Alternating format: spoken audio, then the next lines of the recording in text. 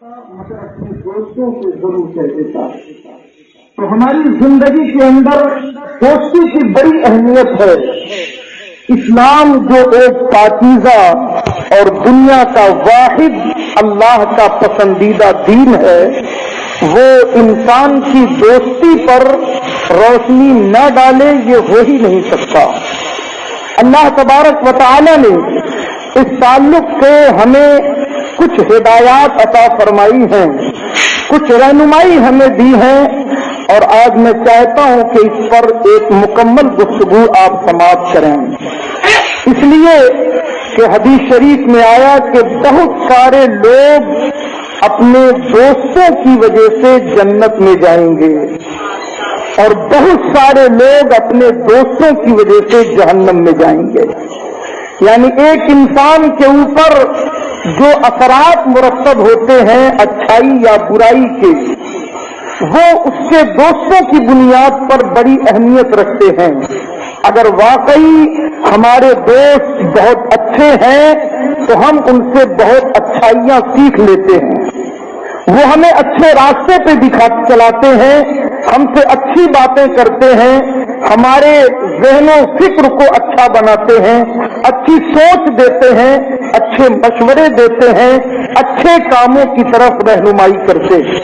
اور اگر ہمارے دوست اچھے نہیں ہیں، برے ہیں، گمراہ ہیں، گنہگار ہیں، کفار و مشرکین ہیں، تو ظاہر سی بات ہے وہ ہمیں ہدایت کے راستے کی طرف نہیں لے جاتے، وہ ہمیں برائیوں کی طرف بلاتے ہیں، گندے کاموں کی طرف، شیطانی کردار کی طرف لے جاتے ہیں، جو کام ہمیں جہنم کی طرف لے جانے والے ہیں.